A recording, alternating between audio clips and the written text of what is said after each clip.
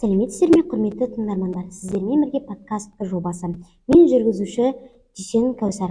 Бүгін біз цифрлық дәуірде оқу мәдениеті туралы сөз қорғаймыз. Қазіргі таңда технология қарқынды дамып, адамдардың өмір салты өзгеруде. Бұл өзгерістер кітап оқуға да әсер етпей қоймады. Осы тақырыпты талқылау үшін студиямызға қазақ тілі мен әдебиет пәнінің мұғалімі Айгүл Бақбергенқызын шақырдық. Қош келдіңіз.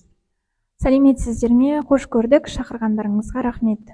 Алдымен жалпы жағдайдан бастасақ, қазіргі цифрлық дәуірде кітап оқудың маңызы азайып бара жатыр деген пікір бар. Сіз бұл пікірмен келісесіз бе? Мен бұл пікірмен толық келісем деп айта алмаймын.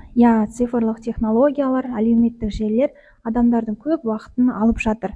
Сондықтан дәстүрлі кітап оқуға бөлінетін уақыттың азайғаны рас, бірақ кітаптың маңызы төмендеді деп айта алмаймын. Себебі жаңа форматқа көшіп жатыр. Электронды кітаптар, аудио кітаптар пайда болды. Осының арқасында адамдар кітап оқудың тәсілі өзгергенмен, бірақ оның мазмұны мен құндылығы сақталып қалды. Егер осы пікірге сүйенсек, оның басты себептерінің бірі телефон мен әлеуметтік желілердің көп уақыт алуында деп айтуға болады. Сіздің ойыңызша, расымен де гаджеттер оқу әдетіне кедергі келтіре ме? Жалпы смартфондар, әлеуметтік желілер бізге кітап оқу дәстүріне кедергі келтіреді деп айта алмаймын. Жоғарыда айтып өткенімдей, аудио кітаптар мен электронды кітаптарға біз жүгіне аламыз. Онда осындай жағдайда, яғни уақыттың көп бөлігі телефонда өтетін кезде, оқушылардың оқу мәдениетін қалай қалыптастыруға болады? Жалпы өзім қолданатын біршама кеңестермен бөлісіп өтейін. Ең біріншіден ол арнайы кітап оқитын уақытты бөлу. Күнделікті мысалы нақты бет жазам. Бір кітаптың 50 бетін оқу деген секілді. Немесе 1 сағат уақытты кітапқа бөлемін деген секілді. Одан кейін екінші тәсіл, мен қолданатын кітапты оқыған кезде міндетті түрде маңызды ақпараттарды жазба жұмыс дәптеріне түртіп алу, себебі жазған дүние есте жақсы сақталады. Маңызды ақпараттар болады, жылдар болады ішіндегі. Өзіме ұнаған сөздерді түртіп алам.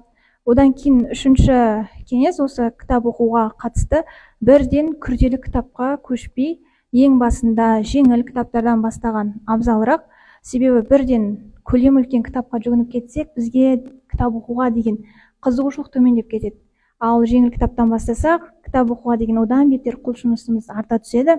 Және де айтатыным, бос уақытта мысалы, немесе жолда жүріп келе жатқан кезде осы аудио кітаптарды немесе электронды кітаптарды оқуға болады. Жақсы, енді болашаққа көз жүгіртсек, қазіргі өзгерістерді ескере отырып, алдағы уақытта кітап оқу дәстүрі сақталады деп ойлайсыз ба, әлде біз толықтай цифрлық форматқа көшеміз бе? Жалпы болашақта біз толықтай дәстүрлі форматтан қол үзіп қаламыз деп айта алмаймын.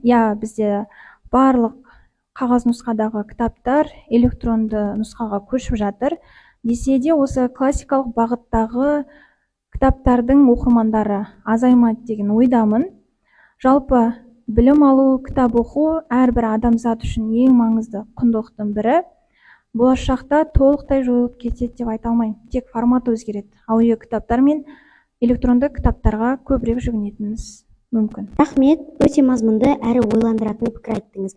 Сіздің ойларыңыз бүгінгі тақырыптың маңыздылығын аша түсті. Және тыңдармандарға жақсы ой салды деп сенеміз. Бүгін біз кітап оқудың қазіргі жағдайы, оның себептері, шешу жолдары және болашағы туралы пікір алмастық.